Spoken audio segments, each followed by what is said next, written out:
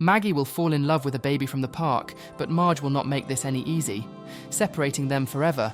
On the other hand, Homer will become accomplice of Mr. Burns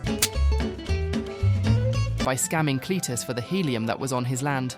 This is the episode titled The Incredible Lightness of Being a Baby, and starts with Homer jumping from high above, passing through donuts to land in Springfield, then takes Flanders' spot. Although Bart didn't write on the chalkboard, he did write, "I must not write on the mountain," with an impeccable style.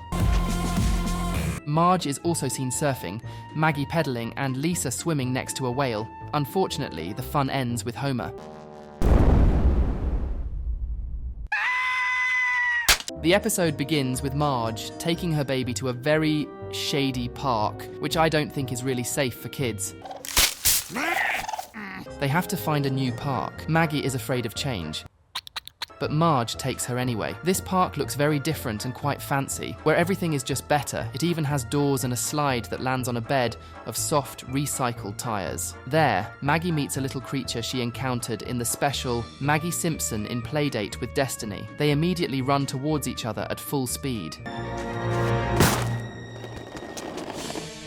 It seems their kids like each other a lot. The lady introduces herself as Courtney.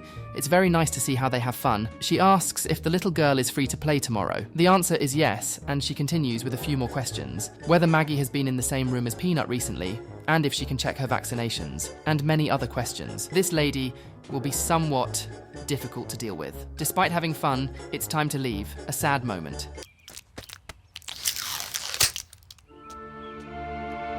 At breakfast, the family is concerned about Homer's eating habits and health, deciding he will only eat a grapefruit, which left everyone astonished. I'll just have a grapefruit to go. He gets in his car and goes straight ahead, but when he throws it, they lose the championship because of him. In the trunk, he has yesterday's pizza. He dreamt of it while sleeping, saying, "Extra large." Extra large. But he told his wife it said, "Sexy March." Sexy Marge. While eating and driving, the steering wheel gets covered in cheese and he can't turn towards any direction. He forgot to put on his gloves for eating pizza, hitting a tree. Carl calls to tell him Monty summoned him, and only seats next to him are available. Leto plans to bring balloons to his colleagues and immediately sings a little song about why he sells balloons. He describes himself as a mountaineer with worse English than Jackie Chan. One day, while chopping wood, he hit the ground, heard a hiss, and discovered it was helium, but Homer had already left. Monty reveals he was undercover in the company. Suddenly, Homer arrives, and the main topic is to find out where he got the helium. They pay a fortune for helium to cool their reactors. The mountaineer has plenty of it and should be warned, he doesn't even know its value. That would be a good scam. What does Lenny think? He can't stand the boss addressing him. This makes Homer Simpson the employee of the month. At home, Homer tells Marge that he succeeded in his meeting, something she seems uninterested in, changing the subject to Maggie being in love. There, she has a picture of her friend and the butterfly, adding to her cuteness. Montgomery and Smithers go to Cletus, who never opens the door without his loaded shotgun. He offers a rich squirrel soup to gain his friendship, but enough pretending. That hat looks better on the goat. They get straight to the point, proposing he gives them the helium in exchange for a can of coins. Before making a deal, they must share a drink. He's drunk everything. Nothing intimidates him.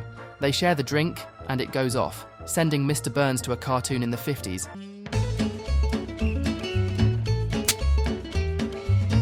It seems Spuckler is smarter than they thought. He throws the bag with ice, which apparently will need to be reused. They might need an idiot to catch another idiot, which Homer is basically the perfect fit. They try to convince him to fake friendship with Cletus to take everything from him. He wants to leave so badly he presses the button, thinking it would open the trapdoor, but instead discovers the accounting guy. Then, Monty, to clear his mind, calls in some guys. The first loves to inflict pain, while the second loves to laugh, while the first inflicts pain. On the other hand, Marge takes her baby to the playdate. The house is luxurious, but what is even more pricey is the toilet.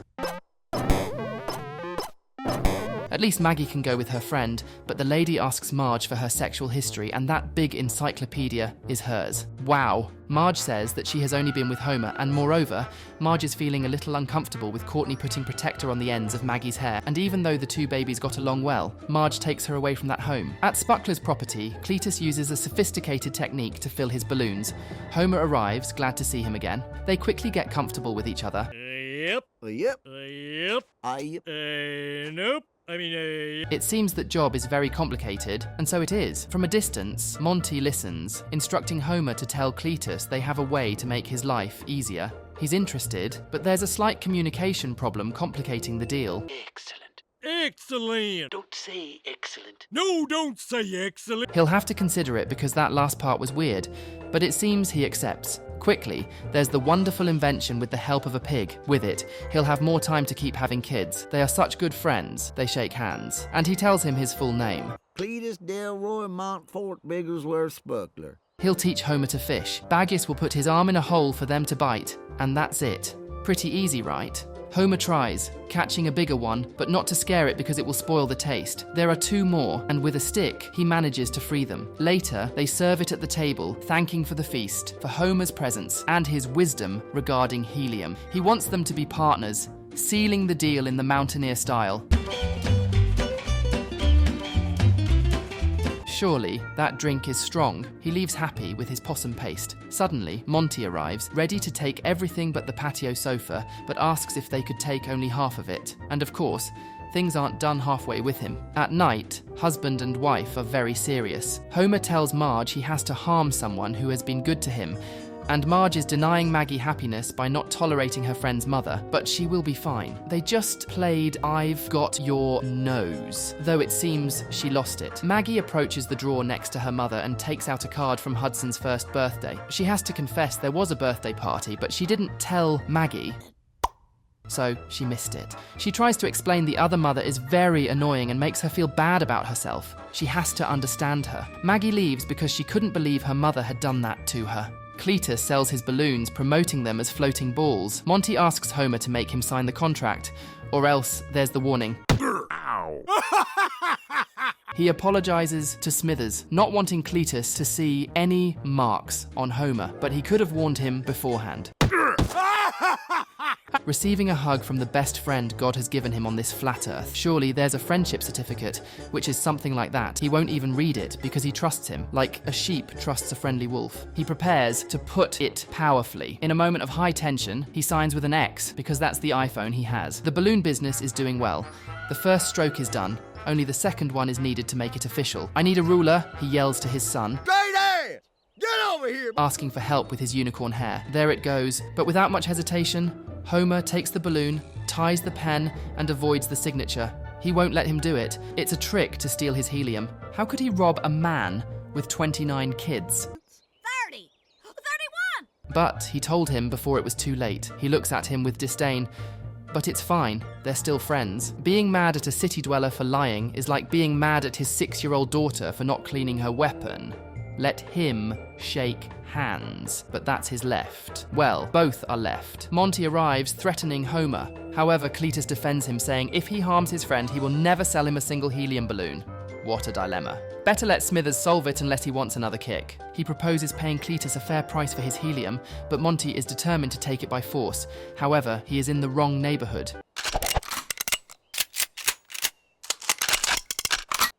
They will pay him what it's worth. Deal done. They should contact his bloodhound. The dog handles the accounts. Now, to forget his millionaire problems, he has some helium and floats to the sky, hitting the cables worse. Smithers, power lines!